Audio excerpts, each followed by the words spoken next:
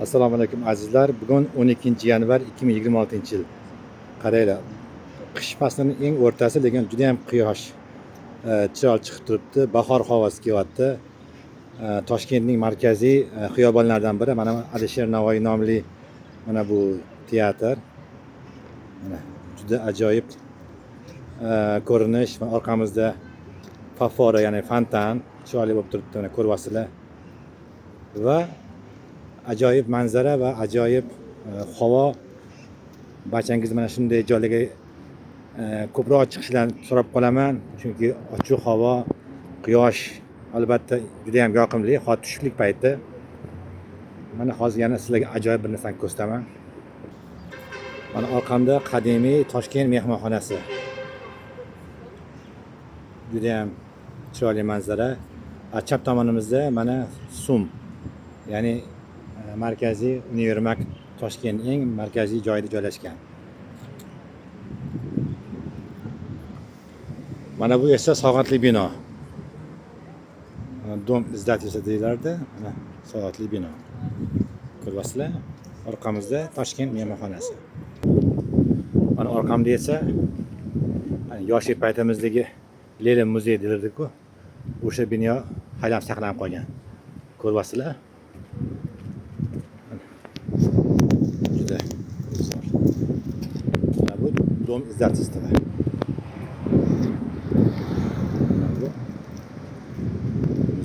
Hozir nima bo'lgan aniq bilmayman. Mana Lenin muzeyi. Mana bu yerda Qizil maydon bo'ladi. Mustaqillik maydoni bo'ldi. Bu Vazirlar Mahkamasining binosi. Mana to'g'rida esa bu ham davlat idorasi. Hozir nima bo'lgan aniq bilmayman.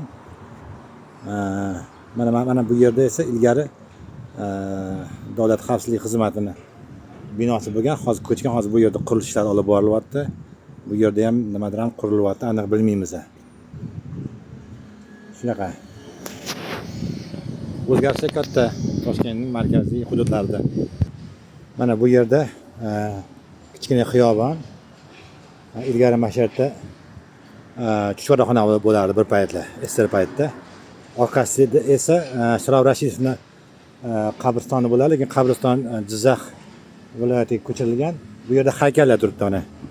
Sharof Rashidovni eslab, xotira uchun mana haykal qilib qo'yishgan, mana shunday joyga. Ko'rasizlarmi? Tarixiy joylar. Mana bu yerda Dom Romanovdirda.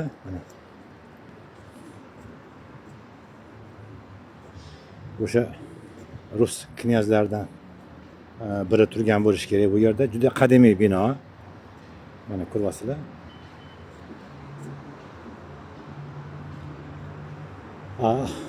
Orqa tomonida, yo'li nari tomonida ilgari 20 qavatli bino bo'lardi. Keyinchalik bino qisqartirilib, mana shunday ko'rinish kelgan. Mana bu yerda Moliya vazirligi bo'lardi. Hozir ham balki Moliya vazirligi bordir.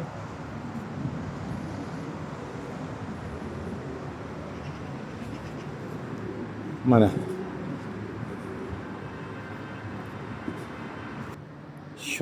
Sharof Rashidov ko'chasi ekan bu. Mana bu Dom Romanov. Bu katta bir ko'cha, Sharof Rashidov ko'chasi. Ekanlarga mana Mustaqillik maydoni, davlat idoralari, orqasida Toshkent City. Mana bu chiroyli bir kiradigan joy. Bu o'sha mustaqillik hududiga kiradigan asosiy joy ko'rayotgan bo'lsangiz. Daraxtlarni qaranglar, necha yuzli daraxtlar, chinorlar. Mana o'sha aytgan kiradigan joy. Ajoyib ko'rinish.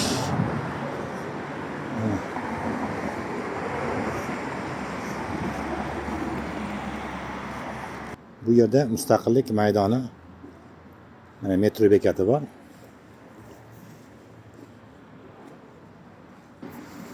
Mana o'sha asosiy kiradigan joy Mustaqillik maydoniga.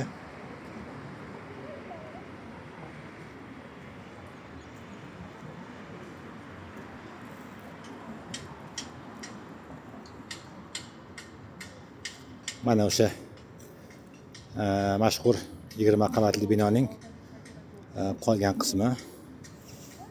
Bu yerda favvoralar bo'ladi yoz paytida.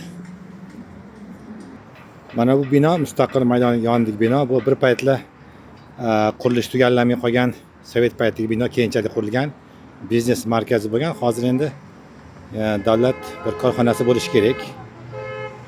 Mana ko'ryapsizlar. Shu mustaqillik maydonining narigi tomoni. Sog' salomat bo'linglar, shunaqa joylarga kelib turinglar. Respublikamizning turli joylarida, shaharlarda, qishloqlarda juda ham ajoyib joylar bor. Ko'proq aylanib ko'rib turish kerak. Salomat bo'linglar. Muzaffar Qosimov sizlar uchun.